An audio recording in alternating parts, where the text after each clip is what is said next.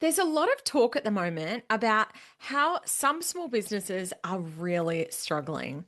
And I don't want to take away from that because absolutely it has been a tough year for some. And at the same time, some business owners are absolutely thriving, including a few of my very own clients. In fact, in the last few months, a couple of my clients have celebrated their biggest ever months in business, both sales and profit wise. And so I've been celebrating loudly and proudly with them because honestly, there's nothing better than seeing someone who's been doing the work, making the tough decisions, leaning into the numbers, finally seeing that translate into real results. And I've been celebrating loudly and proudly with them because there's nothing better than seeing someone who's been doing the work, making the tough decisions, seeing that translate into real results.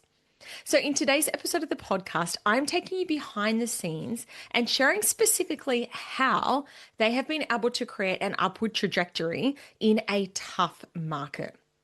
All right, let's dive on in.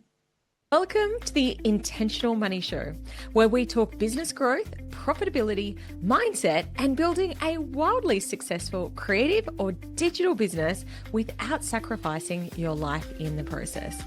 I'm Clare Wood, business profit coach, speaker, author, and unapologetic believer that you can build wealth and freedom doing work you genuinely love.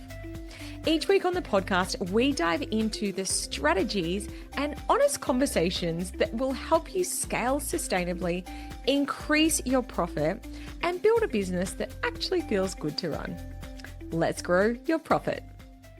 Before I start today's episode, I want to acknowledge something really important. I don't want to take all the credit for my client's success. I love being a support system. I love being the strategist in their corner and cheering them on and keeping them accountable. I love helping them see what they can't see for themselves. But the credit truly lies with the people who are doing the hard work, who are making the tough decisions, and who are taking action and investing in themselves even when it feels uncomfortable. So the obvious first tough decision that a lot of my clients have made is investing in a mentor.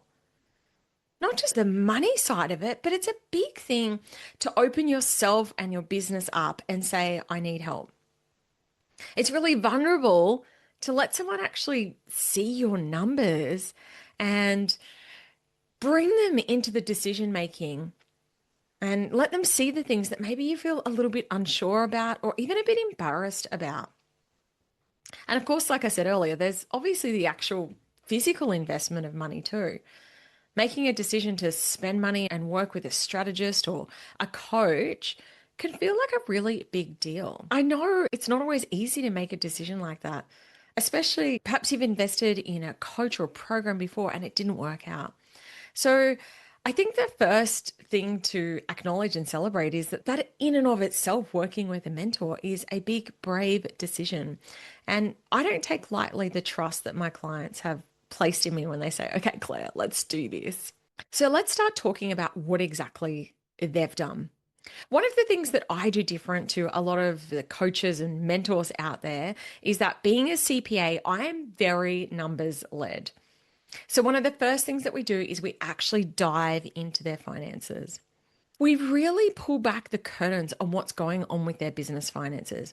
And we are basing their growth strategy around what is actually going on. We are very metric focused.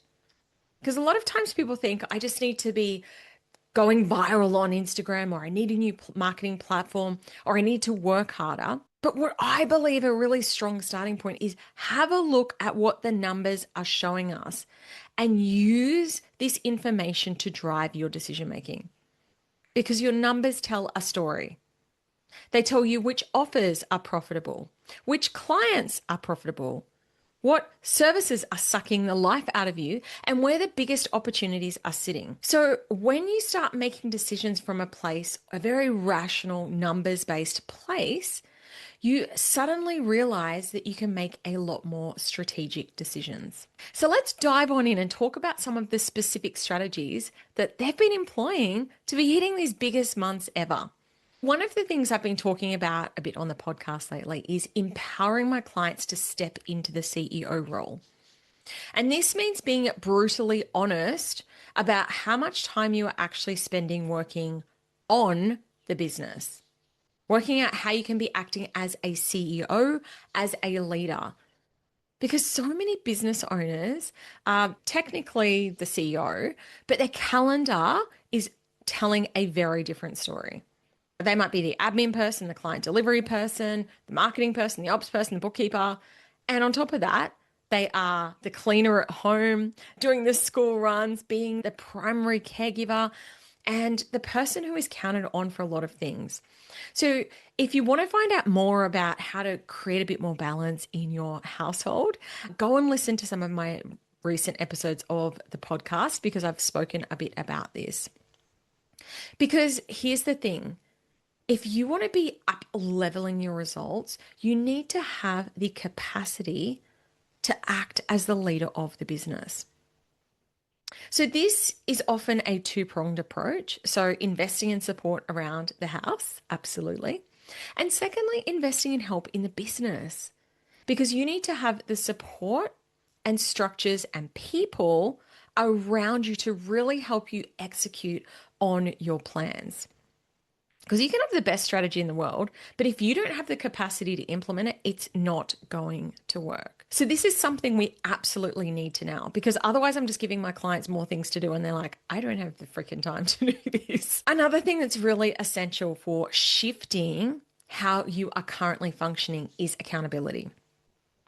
Because a lot of times we know the things we should be doing.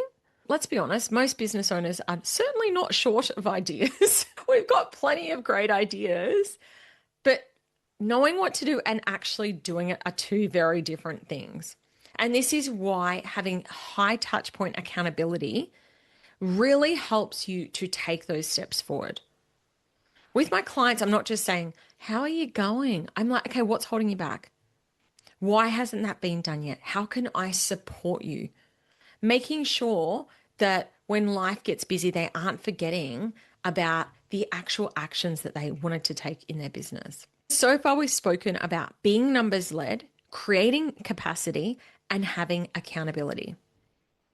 The actual strategies. One of the big things that I then do with my clients to boost their profitability is to get rid of misaligned clients and misaligned offers. There's a saying called the Pareto principle, which is called the 80-20 rule, which basically means that 80% of your results come from 20% of your clients or activities. And it's something that we forget in business a lot of the time. We can spend so much time, energy, and effort on our low profit clients or our low profit offers. You know what I'm talking about? There'll be some clients with you who seem to consume a lot of your energy. They push the boundaries, they ask for a lot, they're draining, and they really leave you thinking, oh my gosh, why did I start this business in the first place? And because I'm objective, I don't know these people, I can really help my clients to see this from an outside lens. You can say, okay, yes, they're paying you a lot of money, but how much of your time and energy are they making? Is this client actually profitable? Is this offer actually profitable? Let's dive on into the numbers and see what the numbers are telling us. Sometimes growth isn't about adding more. It's letting go of the things that are weighing the business down. So it might mean getting rid of your shitty clients. It might mean getting rid of offers that aren't really profitable, including tightening your boundaries. Might mean saying no to work that, yes, technically you could do, but you shouldn't be doing that sort of work anymore. And then from there, you have that capacity, that C word again, to double down on customer service and on intentionally targeting the right kind of clients. The kind of clients who are profitable, aligned, respectful, and genuinely value what you do. What this means is that you are making more money without more effort.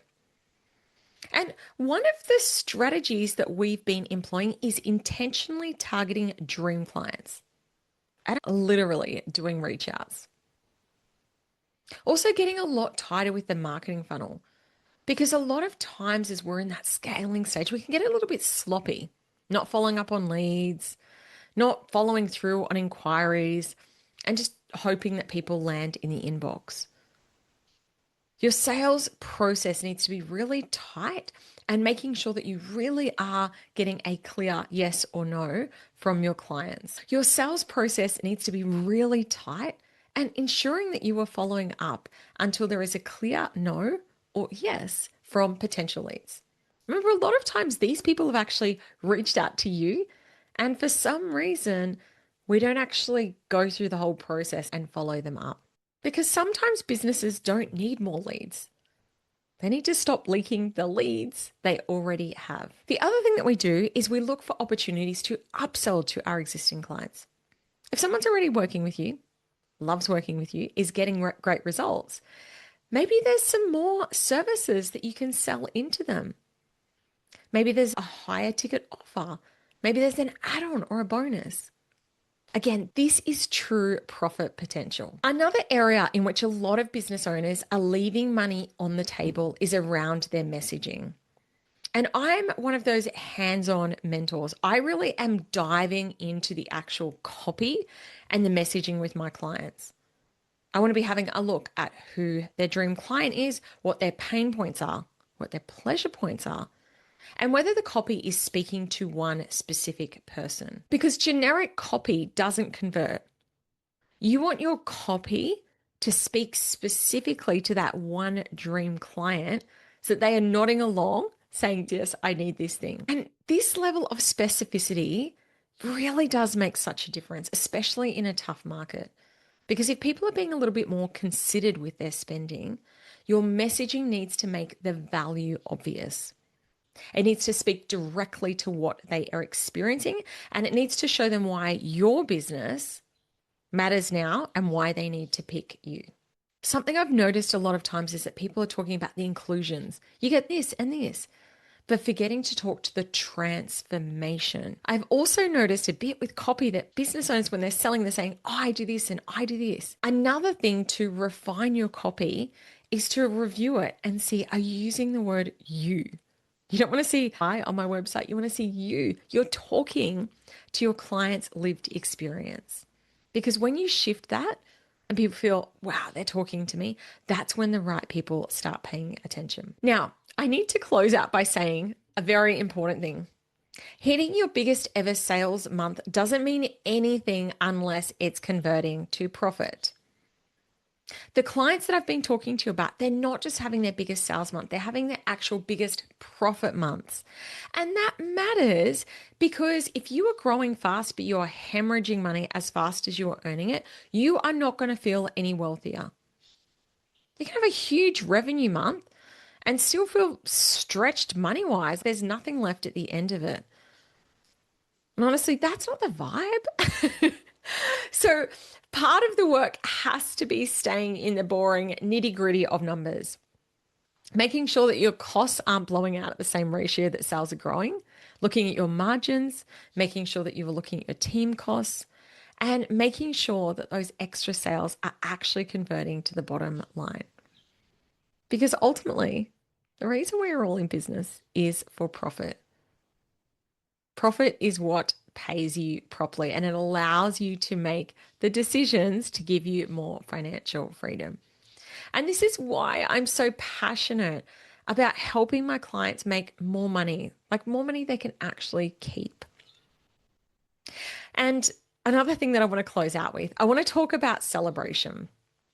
Something I really encourage people to do when they hit a new milestone, a new metric, when they're making more money, is to actually celebrate and say, wow. Because what I find with my beautiful high achievers, like yourself probably, if you're listening to this podcast, is that you hit a goal and then you immediately move the goalpost. You're not pausing to celebrate. You're just going, okay, cool. What's next? And ambition is fabulous. I love that. But you also need to actually allow yourself to enjoy the thing you've worked so hard for. And I'm celebrating right along with you. I love to see people succeeding. So when you do hit that big milestone, come up with some sort of celebration.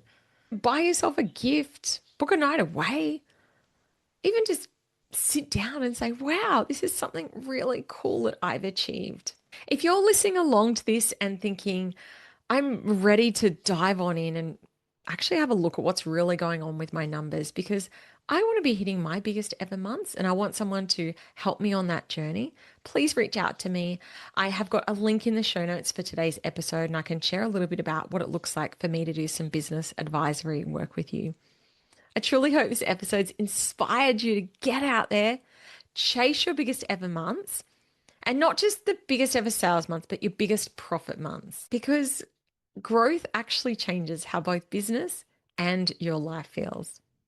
Thank you so much for listening. I always appreciate you being here. And I look forward to chatting to you again next week on the Intentional Money Show. Just one final thing. If you do enjoy listening to me each week, I'd be so grateful for a review on Apple Podcasts. So please pop on over, leave me a review. I really appreciate you. And one final thing, if you do love listening to the Intentional Money Show, I'd be so grateful if you can leave me a review on Apple Podcasts. So pop on over, leave me a review, and I'll be popping in here again next week. Have a good one. Thank you so much for tuning in to today's episode of the Intentional Money Show. If you're ready for more profit, come find me on Instagram at Clare_Wood_coach. Thanks so much for tuning into the podcast, and I'll chat to you again next week.